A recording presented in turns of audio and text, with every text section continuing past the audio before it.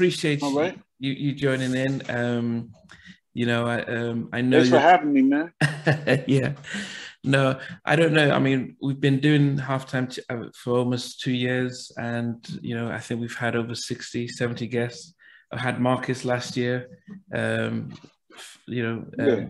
from your group. So we've, but one of the things that we tend to do at halftime chat is really hear about you, your story, and your journey. And of course, we understand that you're part of, you know, one of our favorite R&B groups that's come out in HiFive. But and then also now you're an author coming out with your book, The HIATUS.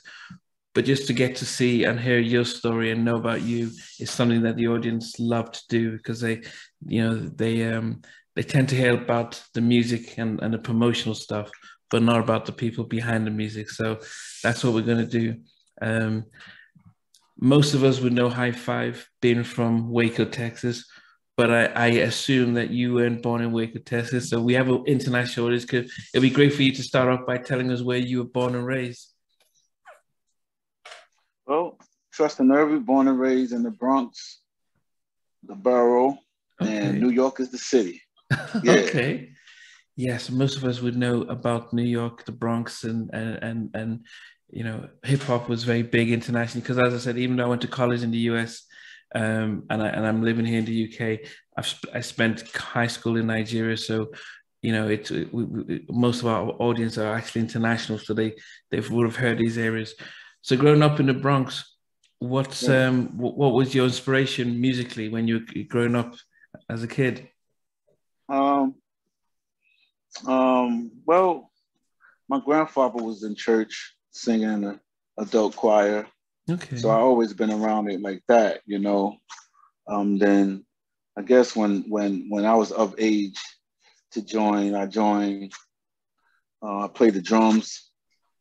Then still trying to find myself. I wasn't really trying to say that I would be a singer or anything like that at that age, you know. But yeah, you know, after a while, then I started gravitating to singing.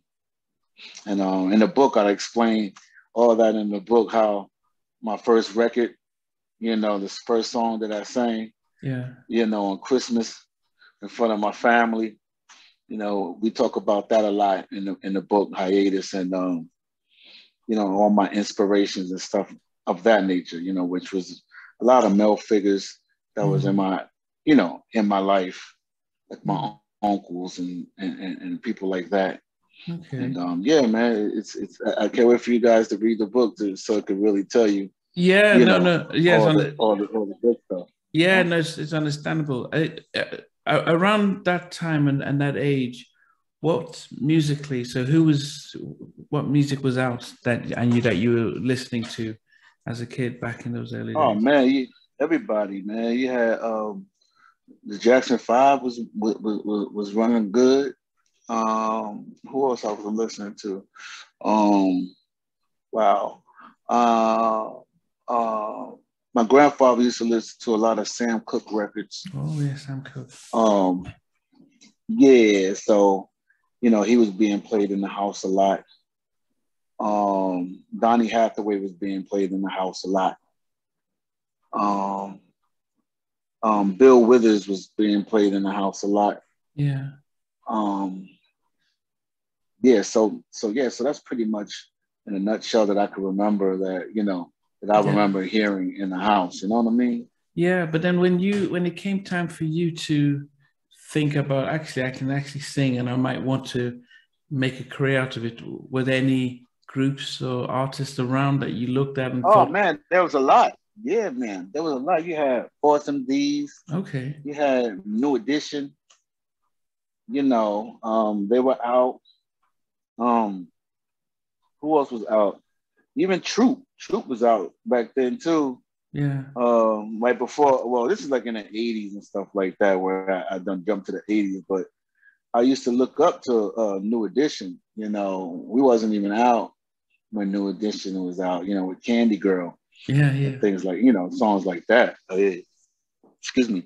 Who doesn't love Candy Girl? New Edition, you know what I'm saying? So, and Mr. Telephone Man and all those, you know, that was before HiFive. So, Yeah, and those are my idols. I look up to them. Yeah, but so at that time, because a lot of us, as a kid, I remember watching that, but I didn't have a singing voice, but I never considered becoming a recording artist because I thought, oh, if they could do it, I could do it. When did you make that switch where actually, if these guys can do it, I could possibly do it? Well, I never really thought like if these guys can do it, I can do it. I never thought like that. Okay. This is just something. Singing is just something that I love to do. Mm. In the book, I talk about my first concert in junior high school and how that made me feel, you know. And I think that from that point on is when I caught the bug. Okay. Okay. And wanted to start performing. And when you did catch the bug and want to start performing, was it your intention to be a solo artist, or did you think about being a member of a group?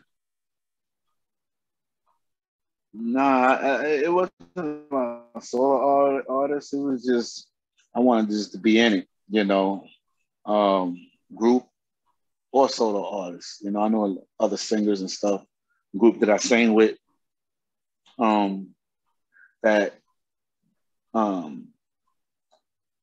that I for me, it was either solo or group. You know, I just wanted just to be able to feel the electricity, the magic, you know, the screams and all that, you know. I love Prince. You know, I used to think I was him of everybody. You know, I used to think that I was him performing, you know, to imaginary sold out arena, playing the broom. You know?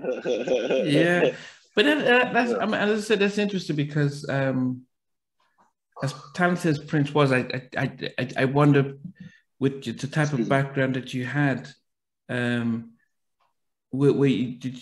did you look at and think, you know what, this is how I think I can model myself as an artist? It was a lot, man. It wasn't just one specific artist. You know, it was a lot of different artists that I liked certain things that they did, you know, and I was like, wow, you know, put my little twist on it and it could work. You know. Yeah. It wasn't until later when I realized that, though, you know, that I should do that, you know. Yeah. So I was already in the group when I thought about that type of stuff. I mean, so you know, HiFive are based out of Texas. New York is pretty much, you know, almost at the other end of the country. How did you then make that connection to join up with the guys? Like I talked about in the book HIATUS on Amazon. The manager back then had came to my high school, heard me sing, and at that time they was looking for new members, and I was blessed. No, were they auditioning? Were they auditioning just in the Bronx or across the country or across New York? Nah, they from what I was told, they was doing it all over. It wasn't just the Bronx, you know. It just so happens that I was in the Bronx. Excuse me, I'm so sorry about that, man. As you can see, I'm in the studio. We've been working. We were working for hours, man. Yeah. Okay, so then what time is it over there? Oh, it's 10:15 at night. At night? Oh, so you're the one that should be. Yeah, I'm the one I should be. Yes, yeah, and I'm a therapist, and so I've got a number of patients I'm going to see first thing in the morning. But oh no. Yeah, but as I said, it's good to and it's always amazing when I do hear when somebody gets picked in an audition because it could go anywhere. I mean, the fact that you were selected.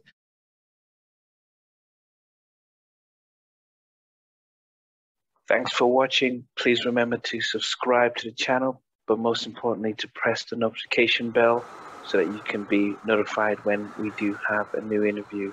Loads to come, but thanks a lot for watching.